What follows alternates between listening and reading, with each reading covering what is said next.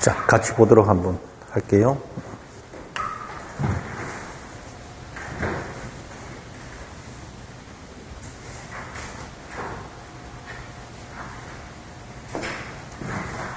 자, 22년도부터 이렇게 나왔잖아요. 다툼이 있으면 판례에 따른다. 이건 문제마다 적어놨던 것을 앞에다가 딱 거론해놓고 시작하네요. 자, 1번에 자동화된 행정결정, 행정자동결정이죠. 틀린 거 찾아라 했습니다. 얘가 어떤 게 있는가 하면 컴퓨터를 통한 학교 배정, 그 다음에 신호등이 아니라 교통신호, 자동 결정할 수 있는 거잖아요. 맞습니다. 자동적 처분은 항고소송 대상이 됩니다. 자동적 처분할 수 있는 완전히 자동화된 시스템, 이 부분에는 인공지능 기술 포함됩니다.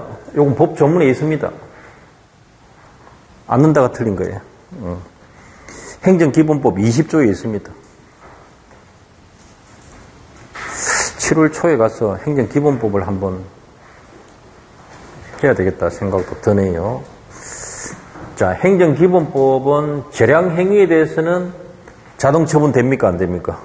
안 되죠. 요건 지난번에도 한번 거론했던 적이 있어요. 맞습니다. 그래서 인공지능 AI 기술을 적용한 것 충분히 됩니다. 자, 20조 행정기본법 20조 갈로 안에 포함된다. 이런 표현 안 된다 이렇게 할 수 있다는 거 이해되시고요. 2번 문제 볼게요.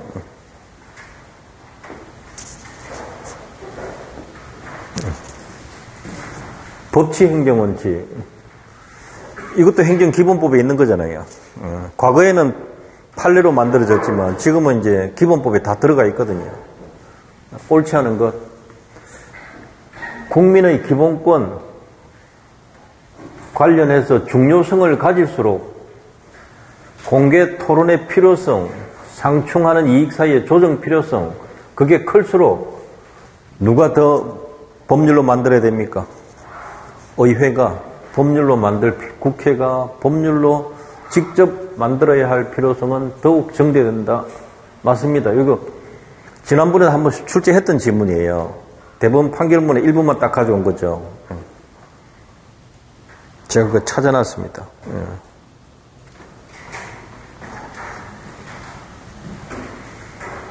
법률의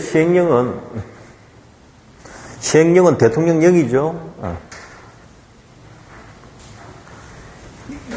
위임 없이도 권리 의무 내용을 변경 보충하거나 규정되지 아니한 새로운 것 규정할 수 있다 없다? 안 됩니다. 위임을 안 받았다는 것은 이 시행령은 무슨 명령이란 말입니까? 그렇죠. 이 집행명령 이야기하는 거예요. 집행명령은 위임 없이도 할 수는 있지만 새로운 내용 만들 수 있다 없다? 못 만듭니다. 가장 기본 낸 거예요. 위임 명령은 위임 범위 안에서 새로운 것도 만들 수 있거든요. 2번이 답입니다. 자, 법률 유보 원칙, 헌법 37조 2항인데요. 기본권 제한을 하려면 법률로서 해야 된다, 할 수 있다 했죠. 그러면 그게 국회에서 만든 법률만이라야 되는가? 그게 아니라 뭡니까? 법률에 근거하면 된다 그랬잖아요. 법률에 근거하는 규율이 무슨 뜻이에요? 국회에서 만든 법률 그리고 위임받은 명령도 된다. 법규명령도 된다. 요것도 포함시킨다 이 뜻이고 법률에 의한 규율은 요것만 된다 이 뜻이거든요. 1번만 된다. 아니다. 2번도 포함된다. 요 뜻이란 말이에요. 그게 1번, 2번 둘 다 포함됩니다가 요 표현이라고 법률에 근거하는 규율. 아니야. 법률만 1번만 돼 하는 것은 법률에 의한 규율을 뜻하는 거거든요. 그게 아니고 요것도 되는 것이다. 그래서 반드시 1번 형식일 필요 없다. 맞잖아요. 2번도 되니까. 무슨 말인지 알겠죠? 법률 형식만 된다. 그건 아니다. 위임 명령도 되니까. 자, 그 다음 행정작용은 법률에 위반돼서는 안 된다. 행정기본법 8조에 있는 거예요. 법률 우위의 원칙, 권리를 제한하거나 의무를 부과할 때, 또 국민생활에 중요한 영향 미칠 때는 법률에 근거하여 한다. 법률 유보, 법률 우위, 법률 유보, 법치행정원리 그대로 나온 거예요. 자, 그렇게 하시면 되고요. 3번.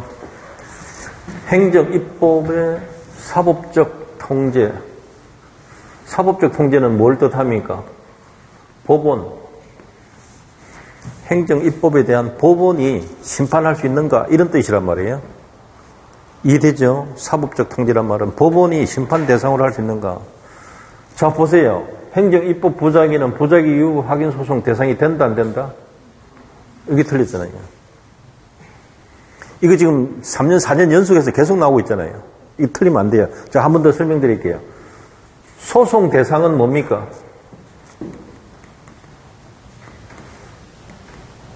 구체적 분쟁이거든요. 가장 짧게 말하면 구체적 분쟁, 권리 의무 다툼, 재판의 전제가 된 때, 다르게 표현하면, 재판의 전제가 된 때. 행정입법은 뭐예요? 법 만드는 거잖아요. 모든 사람에게 적용하는 것. 일반적, 모든 사람에게, 모든 사건에 추상적, 일반적, 추상적 규범 정립 작용이다. 규범을 만드는 거거든요. 그럼 이거는 구체적 분쟁입니까? 아닙니까? 구체적 분쟁이 아니잖아요. 그리고 권리 의무에 직접 영향 미치는 게 아니란 말이에요. 그러니까 대상이 안 되는 거죠. 이제 낼 만큼 내지 않았나 싶은데 그래도 또 낼 수도 있습니다. 말투만 다르게 낼 수도 있어요. 중앙선거관리위원회 규칙, 행정기본법에 법규 등에 법령 등 세 글자에 들어갔죠. 특히 법령에 들어가죠. 법규 명령이고 규범적 통제 대상이 될 수 있다. 맞습니다. 처분적 법규 명령, 예를 들어서 두밀분교 폐교조례 소송 대상이 된다. 맞고요. 대법원 이외 각급 법원들도 구체적 규범 통제 방법으로 법규 명령 조항에 대한 위헌 위법 판단할 수 있다 없다? 있다. 헌법 107조 2항 명령, 규칙, 처분 등이 헌법이나 법률에 위반된 것이 전제가 되면, 재판의 전제가 되면 대부분은 최종적 심판권을 가진다. 대부분이 최종 판단할 수 있다 뜻이지 각급 법원이 못한다 뜻이 아니거든요. 예. 그러니까 할 수 있는 거예요. 그래서 4번이 틀린 겁니다. 자, 그 다음 4번 보겠습니다. 행정 실효성 확보 수단.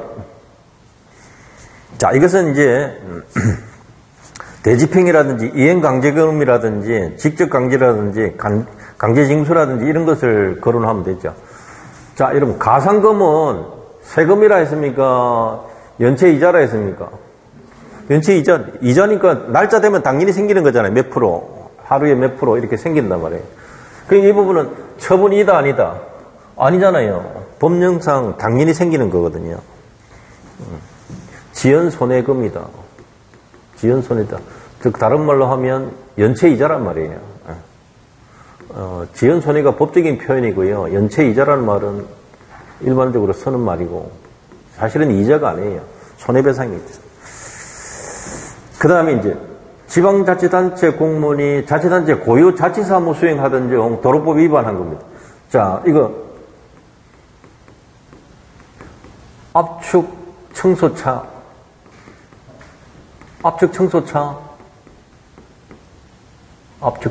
청자가 왜 이래? 청소차 중량 제한에 걸린 사건 아시죠? 무게 제한에 걸렸단 말이에요.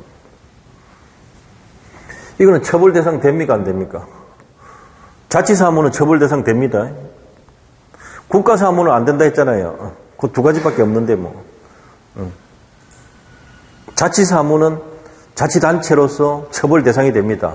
왜? 자치단체보다도 국가가 상위행정청이거든. 그 음반 비디오물, 게임물상, 불법 게임물 수거, 폐기조치. 그게 뭐라고요? 그렇죠. 즉시강제. 즉시강제. 영장 없이 즉시강제 할 수 있다, 없다? 할 수 있습니다, 이 부분. 영장제도는 수사할 때, 체포구속, 압수수색, 범죄와 관련할 때 하는 겁니다. 이거는 범죄와 관련되는 게 아니라 행정상 즉시강제할 때는 영장 없이 예외가 됩니다. 자, 그 다음, 공매처분은 행정처분이에요. 매각하는 거거든. 그런데 체납자에게 공매통지하지 않았다, 절차 위반이거든요. 그 다음에 공매통지하였지만 적법하지 아니하다, 그러면 어쨌든 제대로 된 통지하지 않았다, 그러면 위법하다 해야 되죠. 위법하지 않다가 틀린 거죠. 여기서 한 걸음 더 나아가면, 그러면 공매통지를 다투는 겁니까? 공매처분을 다투어야 됩니까? 그게 한 걸음 더 나아간 문제예요. 공매처분이 행정처분이기 때문에 공매처분을 다투어야 돼요. 공매통지는 절차적 통지에 불과하기 때문에 처분이 아니란 말이에요. 공매통지는 처분이 아니라서 다투지 못해요. 공매처분을 다투면서 통지받지 못했다라는 것을 입증해야 돼요.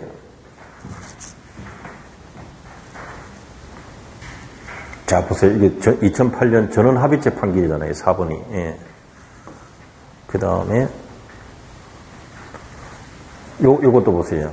가산금, 중가산금은 과세관청 확정 안 해도 법률 규정에 따라서 당연히 발생하는 것, 요게 포인트잖아요. 그러니까 처분이 아닌 거예요. 예. 여기 자치단체 고유사무, 요게 압축 트럭 청소차 요겁니다.